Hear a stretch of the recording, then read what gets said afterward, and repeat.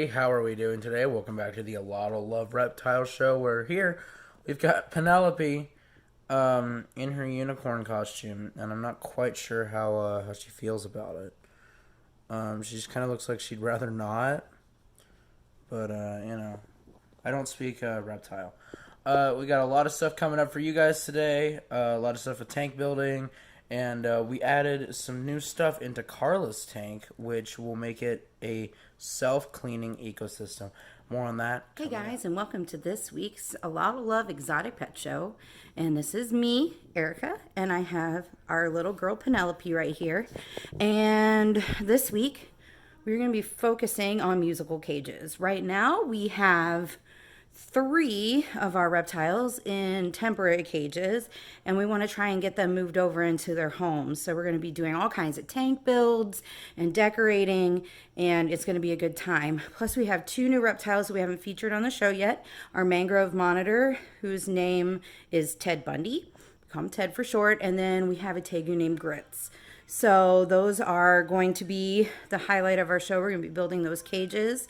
We did also pick up at our reptile show last week a couch for Penelope. So her cage is looking a little more spunky, I guess. I don't know. I'm really bad at describing words. So yeah, we'll be doing that. And then we also are planning on taking Carla's tank bioactive this week. So that should be featured too. So let's get to it. All right, so the next tank we're going to do a build on is the Mangrove Monitor. This one is a 24 by 24 by 48 screened enclosure. We're going to do a mixed substrate of Eco Earth and Reptisoil, and then Eco Earth like chips, like a mulch in the bottom. We're going to do a water feature. There's going to be climbing plants for him. And then we're going to do the lighting and heating as well. So it's going to be quite an undertaking, and you'll get to come on this journey with me. All right, so after a bunch of explicative words and some burnt fingers, we have the vine hot glued down the side like I wanted it. It actually turned out pretty good. But it definitely wasn't as easy as I thought it would be. So now that's done. I also have the beginning of the water feature in. It is one of those rubber bowls like you buy at Tractor Supply.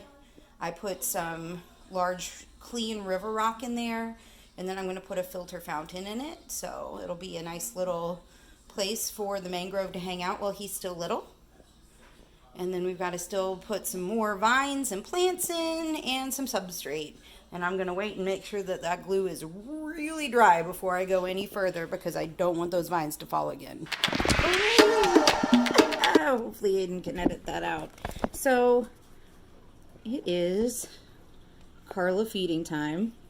I know everybody loves Carla, so I figured we'd get a little bit more Carla time in tonight, because she doesn't get on many of our videos.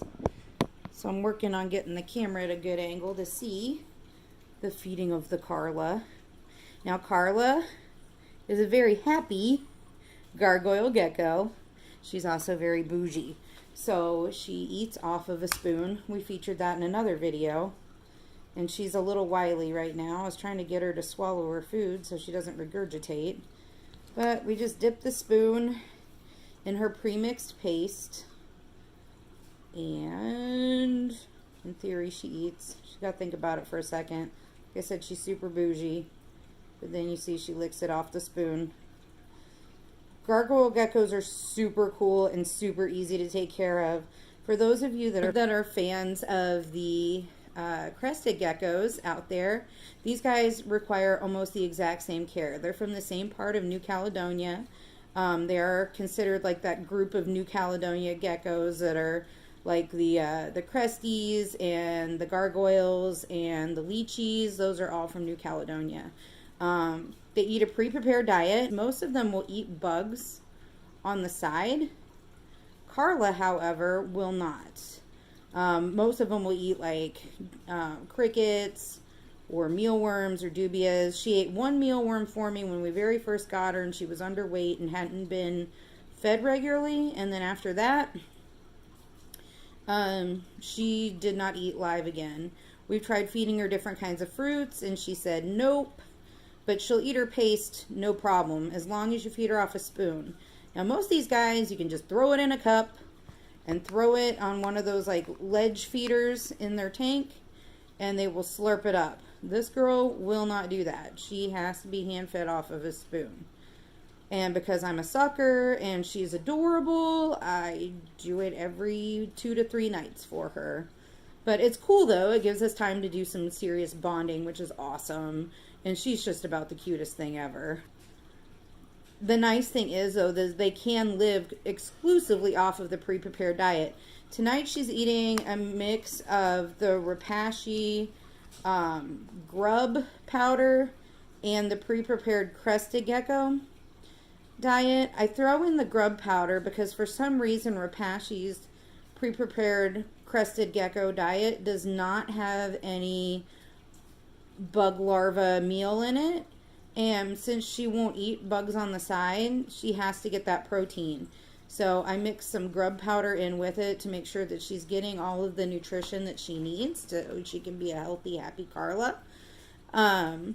Now, the Zoo-Med brand does have black soldier fly larva meal in it, so you do not have to mix that one. But this one I always do just because I want to keep her as healthy and happy as possible.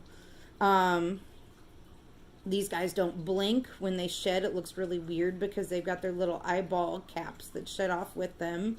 Also, sometimes she gets food in her eye and I have to get it out and it's really creepy. And I'm like, I feel like I'm hurting her, but I'm not. But yeah, the cool thing is those they can live completely off of this pre-prepared diet.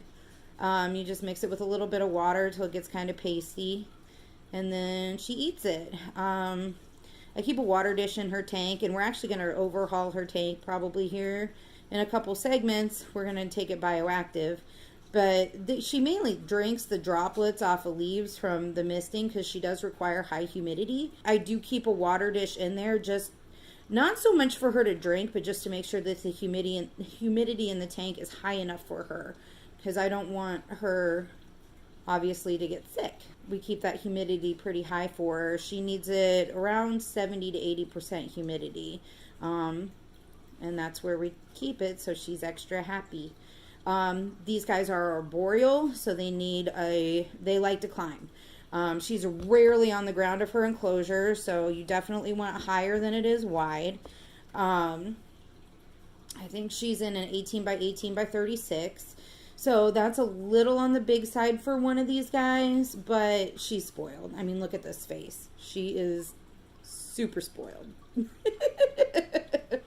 Yay! That's what she does when she swallows. She opens her mouth real big to swallow down her food, which it looks like she's going, yay! Yay, dinner! I'm so happy. These guys, I never recommend cohabbing.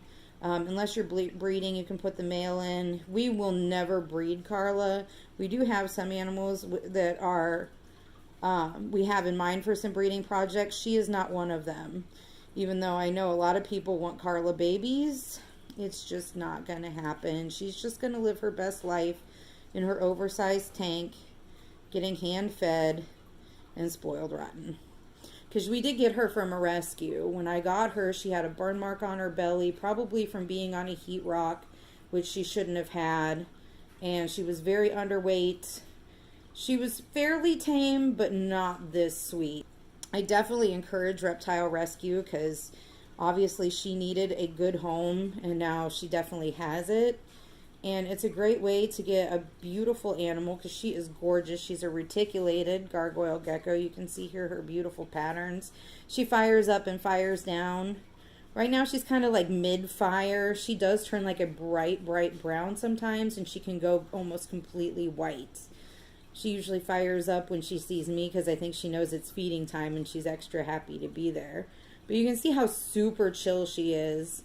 And a lot of times she'll just sit on my shoulder while I'm watching TV and chill with me. She loves to have her back rubbed and like the back of her neck rubbed. She loves that.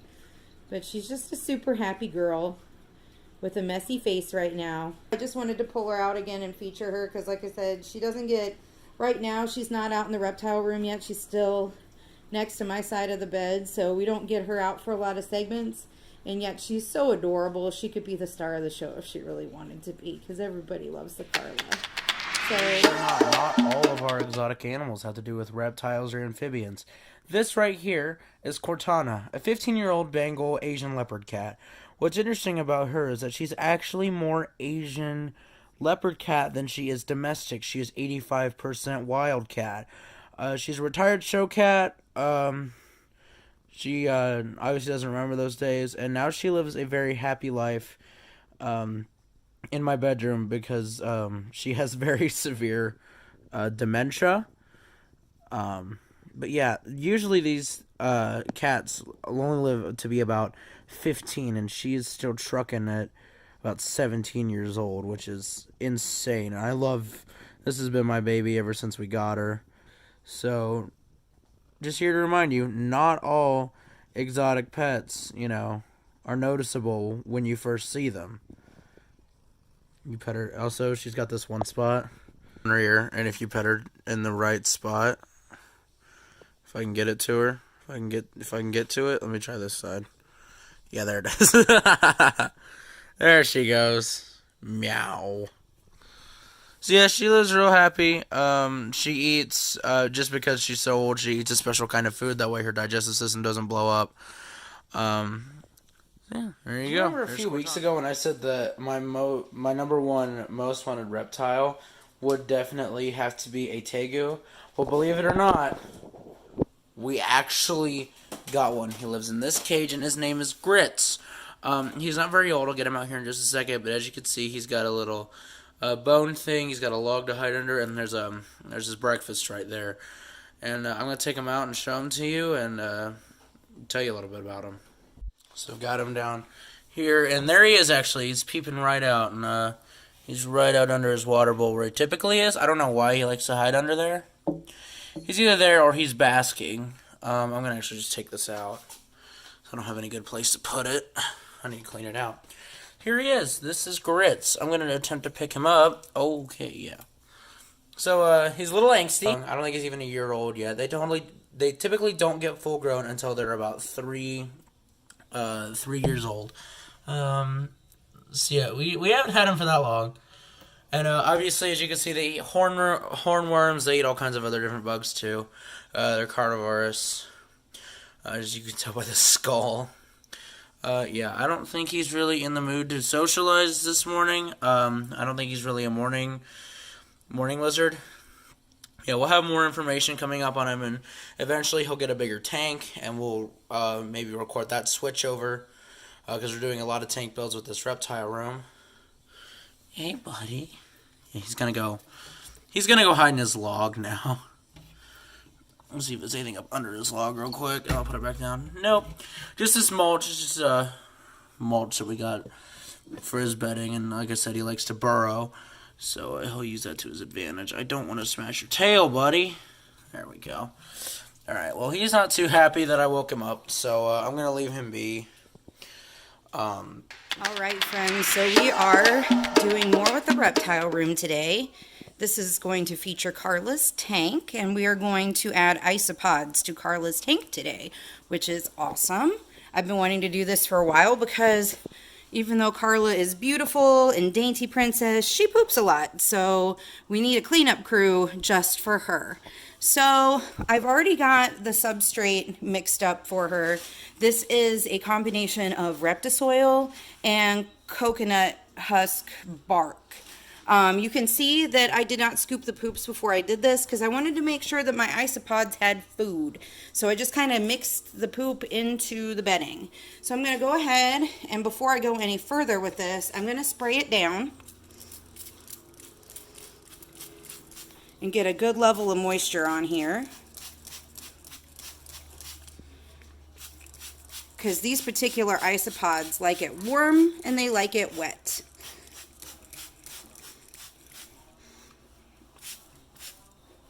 Now, another thing the isopods really like is leaf litter. So you want to make sure that you have plenty of leaf litter in.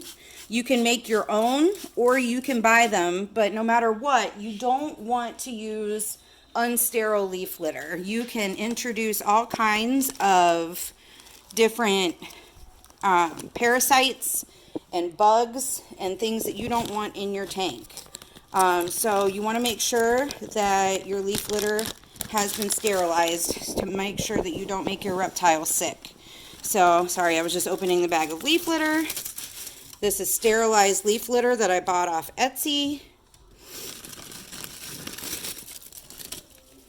And I'm going to scatter it around because then that gives our isopods not only food, but also hiding spots. And that's very important for them. And you're going to have to replace the leaf litter every so often because they're going to eat it. And when it's very important when you're buying isopods that you buy isopods that are compatible with the type of environment you're creating for your lizard. You don't want to get non-compatible isopods with your lizard. So hold on one second, we're going to get the other bag of leaf litter. All right, I have the new bag of leaf litter. This is magnolia leaves. This is a really good one to use from what I understand. And we're just going to scatter these all around to make sure our isopods are happy. I also got this. This is from reptiles.com. So this is a pre-sterilized leaf litter. Making sure that I am not introducing anything I don't want to introduce to Carla. Because that's super important. We want Carla to be super healthy.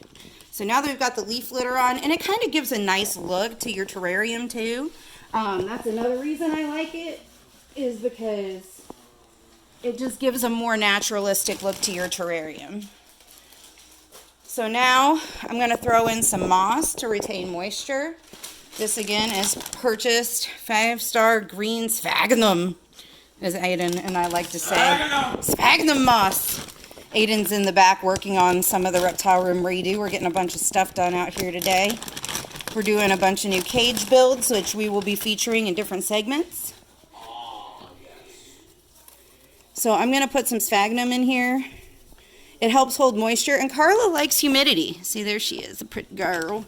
Carla likes humidity, so the sphagnum is good for her. I had it in here before, but the isopods will eat that too, along with their isopod diet. They're kind of just little garbage disposals, and you know, I like that because I need that so I don't have to clean. They're my friends. So yeah, we're gonna just do that. We're gonna spread some leaves around, kind of mix this up a little bit. Got some moss, got some more moss over here that was already here. All right, so we're gonna spread that around. So you can see we've got the sphagnum moss, we've got the leaf litter, we've got the Carla. Now I'm still keeping fake plants in here just because I'm not ready to take that step yet. I'm really good at keeping animals alive and not so much at keeping plants. So we're going to start off with the isopods, and eventually I would like to plant this tank, but I haven't wanted to go quite that far out of my comfort zone yet. So we're going to pause real quick and we'll be back, and I will have the plants in her tank. After I put the plants in the tank, you can see how that kind of turned out with the leaves and everything. I just totally wasn't even thinking, and I threw the isopods in already. I'm looking to see if I can see any of them. They're little black and white spotted ones. They're super cute. They look like black and white spotted roly-polies. I don't see them. They're all kinds of spread out now. But you see we've got different kinds of mosses in there. We've got the different kinds of leaves. It's humid, which is what they like. And they're crawling around in there somewhere, doing their own thing. I've got springtails in there too, which is the isopod. The isopods clean up after Carla, and then the springtails clean up after the isopods. So it's a whole little balanced ecosystem. Now, just in case there isn't enough waste for them, I'm going to go ahead and do this isopod feast in here. So I'm going to sprinkle some of that.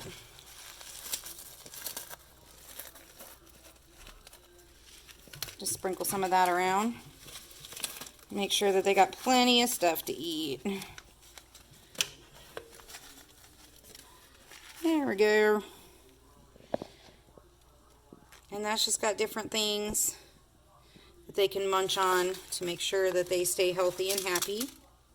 Spread some over there. Definitely don't want to put the gel pack in there. That's not good for the isopods. So then, yeah, Carla's tank is completely redone. She's got her artificial plants up here for climbing. She's got her coconut house that she likes to hang out in with the sphagnum moss inside. She's got her ledge for bowl feeding, which she won't do, so I have to hand feed her. But that's okay. She still likes her ledge sometimes. And then except when the ledge falls down. I don't like that. And then she's got all of the stuff in the bottom, and now she has her isopods and her own cleanup crew for Miss Carla. All right, so that's it for Taking Her Tank Bioactive. So much for watching today's video. If you did enjoy, please be sure to leave a like and subscribe. We've got the outro here with Pringle in his Viking costume, which I think he's still questioning on whether he likes or not. So we get costumes for every dragons, it's fine. So yeah, be sure to check out our Patreon, Facebook, and Instagram pages. And me and Pringle will see you in the next one. Bye!